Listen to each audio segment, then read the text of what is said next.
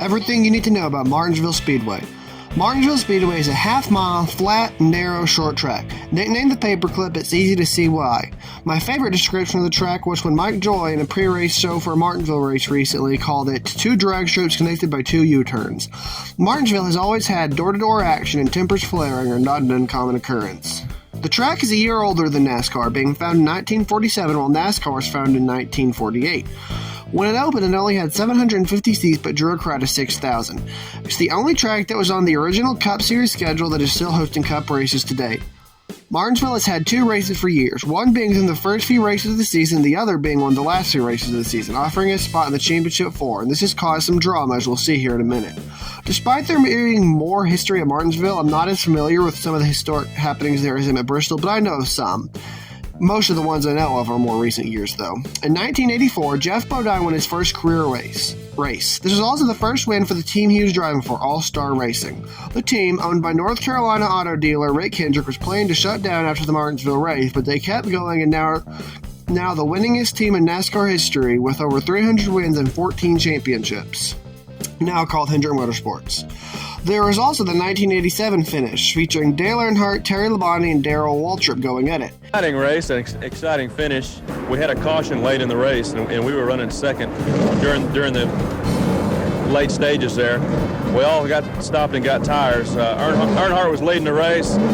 I was running second. Darrell Waltrip was third.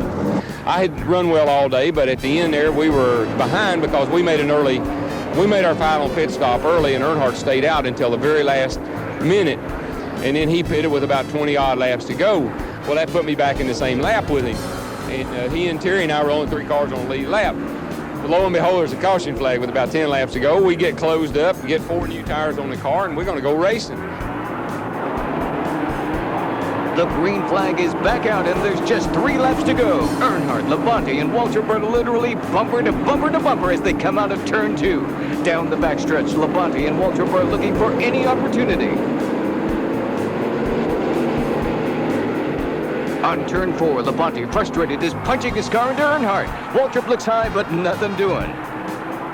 Earnhardt continues to lead the way with 2 laps remaining. Waltrip again looks high on the turn, but there's no room.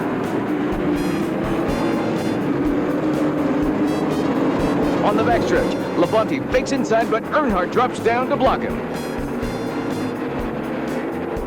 Dale was leading, Terry was second, I was third, and we come down on the last lap.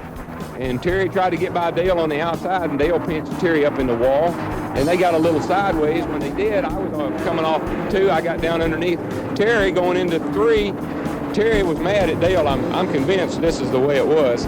Terry was going to go down and give Dale a little tap because Dale tried to put him in the wall. He went in the turn about a mile over his head. I was underneath him. I bumped him. He hit Dale. They went up the racetrack, and I come off the corner and won the race. Coming down the back straightaway for the last on the last lap, I was trying to pass Earnhardt, and Waltrip ran in the back of me so hard he knocked me into Earnhardt and knocked us both out, and he won the race. It was a good race for him, I guess. Dale and I didn't think it was too good. That wasn't a good race. In the second 2011 race, Tony Stewart won, part of a run that included winning 3 of the last 4 races of the season, beating Carl Edwards for the championship by 8 points. In the second 2015 race, Matt Kenseth was mad at Joey Logano over an incident in a previous race, so after Matt ended up laps down for a wreck, he took out Joey while Joey was leading. This opened the door for Jeff Gordon to win his final race in a bit of a late career resurgence.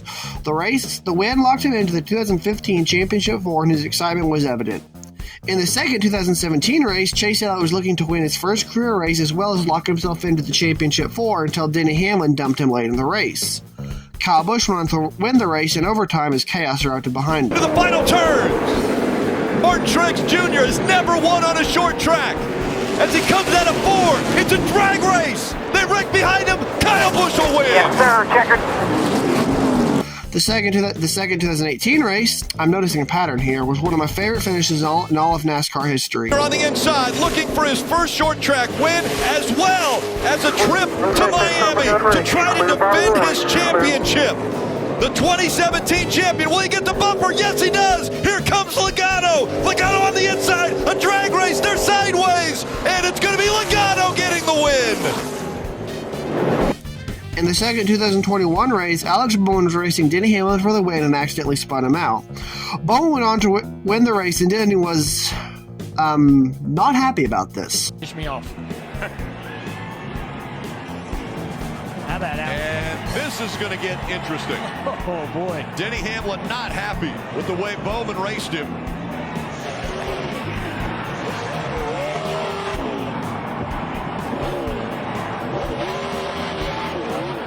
Smart, Denny. Be smart. Big picture here. Big picture.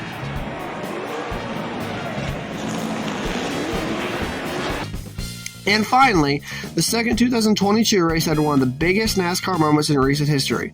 With half a lap to go in the penultimate race of the season, Ross Chastain was 2 spots short of making the championship 4. So he did what any sane Florida man would do and let the wall drive his car while he held it wide open. He made it, bumping Denny Hamlin out in a move that became known as the Hail Melon because Chastain grew up on a watermelon farm. In these videos, I try to stay neutral, lean slightly positive, but there's not much sugarcoating the fact that Martinsville with the current Cup car is just not good. There's a lot of factors, but basically the cars have bigger tires, so more grip, so it's harder to pass, so less passing, which makes it not a good race. The first race in 2022 was on a cold night, which made grip even higher. There was only one pass for the lead in the whole lap race, and it was during under caution pit stops. The second 2022 race was actually okay, in my opinion, even before the Hail Melon. Christopher Bell and Chase Briscoe are battling pretty hard for the win. I hardly remember anything from the first 2023 race. I know Chase Briscoe put together a strong run. Joey Logano stayed out on old tires at the end, lost the lead to Kyle Larson, who was on fresh tires, but hung on to finish second. Ryan Blaney won the 2023 fall race, locking himself into the championship 4. So the race probably won't be an absolute barn burner, but there will probably be something happen to keep things interesting. For one, there's 3 major paybacks potentially brewing. Kyle Busch is mad at Christopher Bell for an incident 2 weeks ago at COTA, where he basically promised Bell he'd get something in return. Daniel Suarez might want to have his say with Josh Berry, who accidentally spun him while he was driving through the field at Richmond. And the big one is Martin Truex Jr. not very happy with Denny Hamlin after how the Richmond race ended. Speaking of Truex and Hamlin, they're 2 of the favorites for Martinsville with a combined 8 wins at the track. From the fall of 2019 to the spring of 2023, all the Martinsville races were won by either a Hendrick Motorsports or Joe Gibbs Racing or driver, and that streak is bookended by Team Penske drivers. You have to go back to the spring of 2018 to find a Martinsville race won by a driver not from one of those 3 organizations, when Stewart-Haas Racing's Clint Boyer took the checkers. All 4 Hendrick drivers have a grandfather clock, the traditional trophy for Martinsville dating back to 1964. As well as all 4 Gibbs drivers, although Ty Gibbs did come from an Xfinity race, but it's just a matter of time before he wins his first Cup race. It could very well be him this Sunday. It's extremely likely the winner comes from one of those 2 organizations, but never underestimate Penske, and Stewart-Haas has been having their best runs at the season on those short tracks as well. Thanks for watching this brief-ish intro to Martinsville Speedway. Info on the track's early days was from their official website, and some of the older moments I brought up were from NASCAR.com. Be sure to check the Cookout 400 this Sunday, April 7th at 3 p.m. Eastern on FS1. I will see you in the next video.